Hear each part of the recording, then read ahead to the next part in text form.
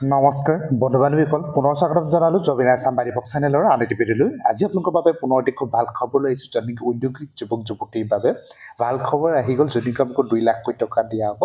মামাই নিজেই ঘোষণা কৰিলে আৰু অহা 30 তাৰিখৰ ভিতৰতে আপোনালোকে টকাটো দিয়া হ'ব, য'ত নেকি গুৱাহাটী খানাপাৰাত দিব বুলি আপোনালোকক নিজ মুখে কৈছে। গতিকে আপোনালোকে ভিডিঅ' ক্লিপটো চাই লওক। অহা 30 তাৰিখে ৰাতিপুৱা আমি আৰু এটা নতুন আঁচনি আৰম্ভ কৰিম।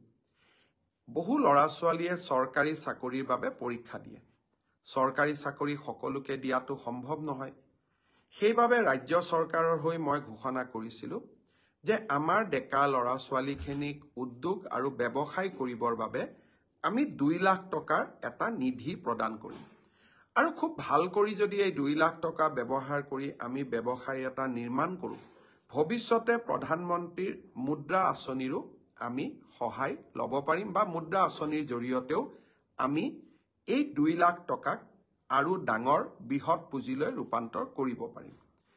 এই প্ৰধানমন্ত্ৰী আমাৰ মুখ্যমন্ত্ৰীৰ আত্মনিৰ্ভৰ অসম আঁচনিৰ প্ৰথম কিস্তিৰ ধন 30 তাৰিখে ৰাতিপুৱা 10 বজাত আমি গুৱাহাটীৰ খানাপাৰা ফিল্ডৰ পৰা বিতৰণ কৰিম। ইতিমধ্যে আমাৰ জিলা উপায়ুক্তসকলে নিৰ্বাচিত ছাত্ৰ ছাত্ৰীসকলক আমন্ত্ৰণ জনাইছে। মই আশা কৰিম যে 25,000 নিৰ্বাচিত যুৱক যুৱতী অহা 30 তাৰিখে যাতে খানাপাৰালৈ আহে। প্ৰথম আমি 75,000 টকা দিম। 3 দিনীয়া প্ৰশিক্ষণটো সমাপ্ত হোৱাৰ লগে লগে আমি আৰু 25,000 টকা নৱেম্বৰ মাহৰ ভিতৰতে এই যুৱক যুৱতীসকললৈ আগবঢ়াম। পৰৱৰ্তী এই 1 লাখ টকা কেনেকৈ ভাল কৰি ব্যৱহাৰ কৰিছে তাৰ ওপৰত ভিত্তি কৰি আমি পৰৱৰ্তী সময়ত আৰু 1 লাখ টকা যুৱক যুৱতীসকলক আমি দিয়াৰ ব্যৱস্থা কৰিম। বহুতে মোক সোধে টকাটো ঘূৰাই দিব লাগিব নেকি? 1 লাখ টকা ঘূৰাই দিব নালাগে। আৰু বাকী 1 লাখ টকাও 3 বছৰ পিছত মাত্ৰ মাহত 5,000 টকাৰ এটা সৰু ইনষ্টলমেণ্টেৰে 5 বছৰ সময় আমাৰ 5,000 কৰি আপোনালোকে লাহে লাহে এই পইচাটো আমাক উভতাই থাকিব পাৰিব। ল'ৰা ছোৱালীক যুৱক যুৱতীক আমি সকলো প্ৰকাৰে সহায় কৰাৰ বাবে আমি প্ৰচেষ্টা কৰিছোঁ।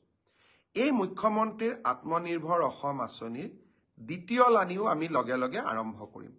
এইবাৰ আমি আৰু নতুনকৈ 75,000 যুৱক যুৱতীক এই মুখ্যমন্ত্ৰীৰ আত্মনিৰ্ভৰ অসম আঁচনিলৈ আনিবৰ বাবে চেষ্টা কৰিম।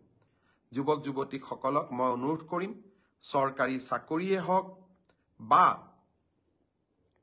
আত্মনিৰ্ভৰশীলতাই হওক, দুইটা ক্ষেত্ৰতে আমাৰ চৰকাৰে আপোনালোকৰ লগত সুন্দৰভাৱে ফাইনেলি আপোনালোকৰ বাবে গুড নিউজটো আহি গ'ল। আপোনালোকে ভিডিঅ'টো চাই নিশ্চয় বুজিব পাৰিছে। আপোনালোকে 30 তাৰিখৰ ভিতৰতে আপোনালোকে খানাপাৰাত যিসকল আবেদনকাৰীক চিলেক্টেড কৰা হৈছে তেখেতসকলক পইচাটো দিয়া হ'ব। এনেধৰণৰ ভিডিঅ'বিলাক পাবলৈ জবিন আছাম বাৰীপক চেনেলটো ছাবস্ক্ৰাইব কৰি বেল আইকনটো প্ৰেছ কৰি ল'ব।